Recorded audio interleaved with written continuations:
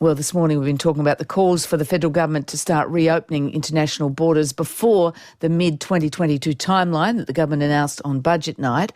The key to doing that safely, and safety needs to be the number one priority, as politicians keep telling us, of course, is vaccinating the population and having safe quarantine capacity. Glenn Keys is the founder and executive chair of Aspen Medical. Aspen Medical is a private company that's handled vaccine rollout and quarantine, among other pandemic measures, both here and overseas. Glenn Keys, welcome back to Breakfast. Morning, Fran. Can I ask you about this debate raging right now, the calls for Australia to prepare to open our borders more quickly than the middle of next year? In order to do that, from your vantage point, what would need to happen here in Australia to make us ready for reopening to the world safely and to the variants that will come with that? What would be a sensible plan?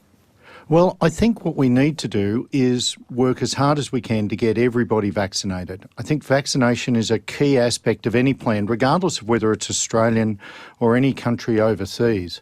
And I think we need to realise that even though many of us have never had COVID or are even unaware of people who've had COVID, that we need to do it not just for ourselves, but for all of those in the community, be they aged care, disability or any other vulnerable sector. Because if it gets in again in any big wave, we'll see what happened in Victoria, and I don't think any of us want to see that happen. So vaccinations are a key element of it, and then working out how we create the bubbles, as we've done with New Zealand, to continue to grow that engagement with more and more countries as we get comfortable with their systems and then with ours. Your company, Aspen Medical, is working in other countries where they have stayed open, where they are open to international travel to varying degrees. The US, majority opened, the UAE. How are they managing, and are they managing it safely? Can it be done safely? Well, look, it's a great question. I think we've seen multiple experiments done around the world, hundreds now of different models. I think part of the problem we've seen in the US is that they perhaps didn't have a mixture of lockdowns and border controls until it was too late. Over 560,000 dead in the US, which is just a horrendous number. If we'd had that degree of fatalities in Australia, it'd be well over 40,000 dead. And I think every single family would be touched. So the models perhaps are different. I think perhaps we've been very lucky. We've had a government that locked us down at both a state and a federal territory level. But you know, we do need to start planning for the future, and I think those are starting to happen, and I think people would just like to see them happen at perhaps a quicker pace. Well, let me talk to you about the pace of the vaccine rollout, because your company is one of the 4 companies tasked with doing that. How quickly can we do it? Gladys Berejiklian says she wants 5 million people in her state vaccinated. How quickly could we do that? How quickly could we get to 80 to 90% of the population vaccinated at the current scheme? Because some are looking at those numbers and this pace and saying, well, it's going to be 2023 before we get that level of cover. Look, it's a really good question. I think we've got a number of pathways, and I think people aren't clear about those pathways perhaps. A lot of GPs are offering the vaccine. The state governments are not only offering facilities, they're expanding them. ACT's doing it, New South Wales, Queensland, as well as some of the outreach programs that the federal government has. I think we all need to work out, how do we get our vaccine? How do we get in that queue sooner? They're opening up those lists. I saw only today, that some of the state governments haven't used even half their vaccine rates. So what do we need to do? Move to mass vaccination hubs more enthusiastically? Yes, and I think people need to be more enthusiastic about getting it. I know there's a bit of vaccine hesitancy out there in the community, but I think we need to get past it, and we need to realise that if thousands and tens and hundreds of thousands of aged care residents are willing to get the vaccine, we all should too. If we want to open up, Professor Brendan Crabb from the Burnet Institute said yesterday we need to prioritise vaccination but also build purpose-built quarantine capacity in this country, that is open air, airborne sensitives, so to speak. How hard is that in your experience, and is that necessary for safe and gradual reopening? Well, we've been using hotels because we weren't sure how long this was going to last. I think we can all now see that this is something that will go on for a number of years. The WHO only said last week that they're gravely concerned there may be more deaths this year from COVID than there were last year. So I think we need to consider, are hotels the model? Do we have enough? Are they in capital cities? And then we need to look at facilities perhaps that are further abroad from the capital city. Do we need more than the Howard Springs capacity? Should the government be looking at bringing on more than that? I think they are. I think we should. I know Victoria's done quite a detailed plan and the federal government's looking at that, and there's some being spoken about in other states.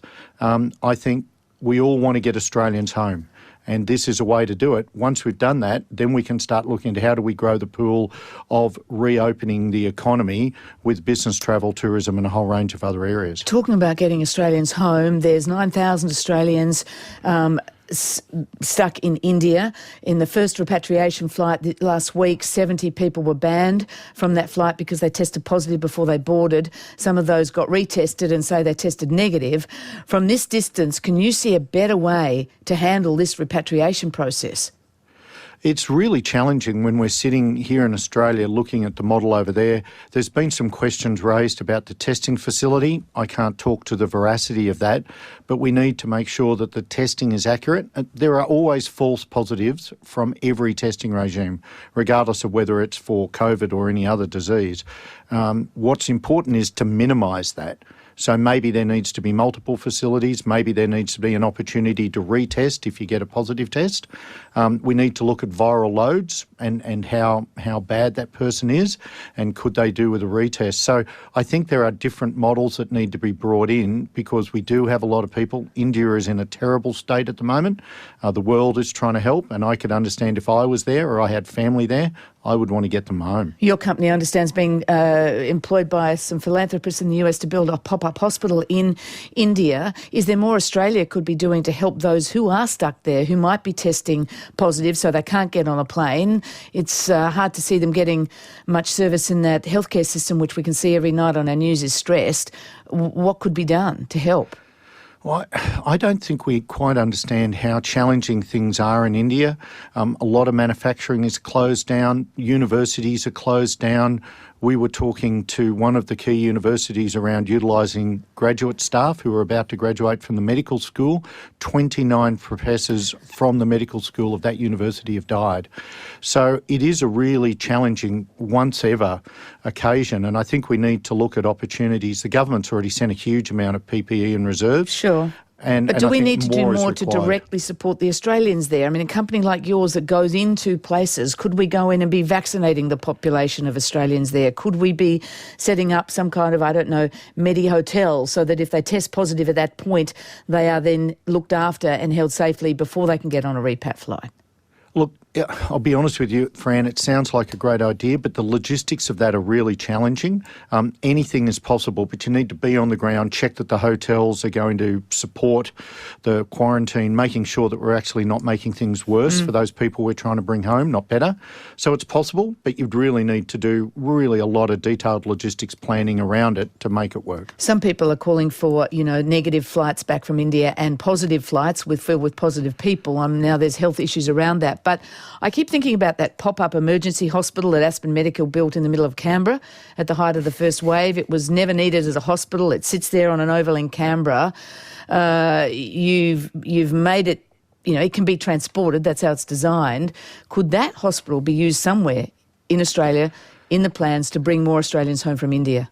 Well, the hospital was funded by the ACT government, so they would need to agree to that. Sure. It is currently being heavily used. It was used for testing and it's now a key vaccination site for the ACT government. But you could set up another demountable. Doesn't need to be that one. It could be another one wherever we need. It just needs to fit in as part of an integrated plan. And I don't think people realise the complications we've got between a federal and a state level, that the federal government might decide that people can come in, but a state government has to decide to take them and then accommodate them. And I think this is something we need to look at and work out how we better streamline these processes, not only for today, but into the future. And just finally, Glenn Keys, you're the founder and executive chair of Aspen Medical. It's one of the companies engaged by federal government and state governments to roll out the vaccine. You're in charge of most of the vaccine rollout to the disability sector, I believe. Yesterday, the Royal Commission heard that less than 1,999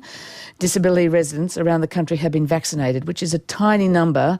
In South Australia, only 6 people have been vaccinated. In Tasmania, only 8, which, is woeful. Bill Shorten calls it a national disgrace. Do you accept that condemnation? Well, what's got to happen is we've had to prioritise people, and we've all known that. There's been prioritised groups, and the federal government put people with aged care who are incredibly vulnerable to COVID and have a lot of comorbidities at the front of that list. At the end of this week, over 95% of residents in aged care facilities will have had their first jab. Within a week, it'll be almost 100%. And I think as much as any carer of a person with a disability wants the person they're caring for to have a disability, and I am a carer for 2 people with disabilities, you've got to realise that there are other people that might be perhaps needing vaccinations first. 685 residents of aged care facilities died with COVID, and while it's a terrible number, 9 people with disabilities have passed away due to COVID. And I think the government had to make priorities. Now, I'm glad I didn't have to make that call, but someone had to make that call of who we did first, and they chose aged care. That's almost complete, and now the numbers are turning for vaccination to disability. And there's only so many people we've got. We still need to run a health system. People still have car accidents, have babies, and those systems need to run. We heard on your news that nurses are already stretched. So what's your prediction then for numbers in the disability care sector? Because we've had people writing in saying their loved ones with disability are still shielding at home. They're too scared to go out because they want the vaccine, they can't get it. How quickly can this change? So I think the government has now turned the focus to disability because it did aged care first. Disability has started a few weeks ago. So what's your experience with Aspen Medical? How's it changed then? How's your rollout timetable changed?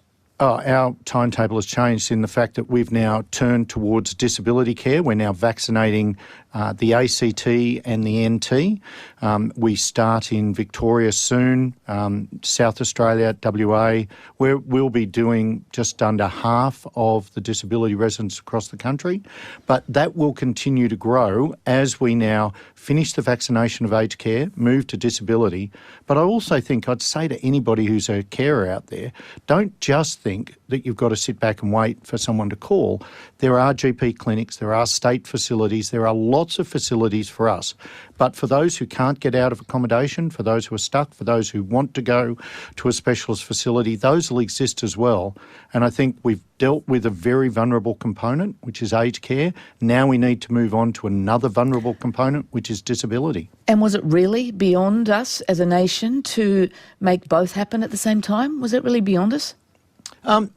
Look, I don't think it was beyond us, but I think that if you imagine that we've got to do disability and aged care at exactly the same time, then aged care would have taken longer than it's taken now. Okay. That's why I said someone had to pick priorities. Glad it wasn't me, but having got family members in aged care, family and disability, I think they made the right call. Glenn Keys, thank you very much for joining us. Thanks, Fran. Glenn Keys is the Executive Chair and Founder of Aspen Medical.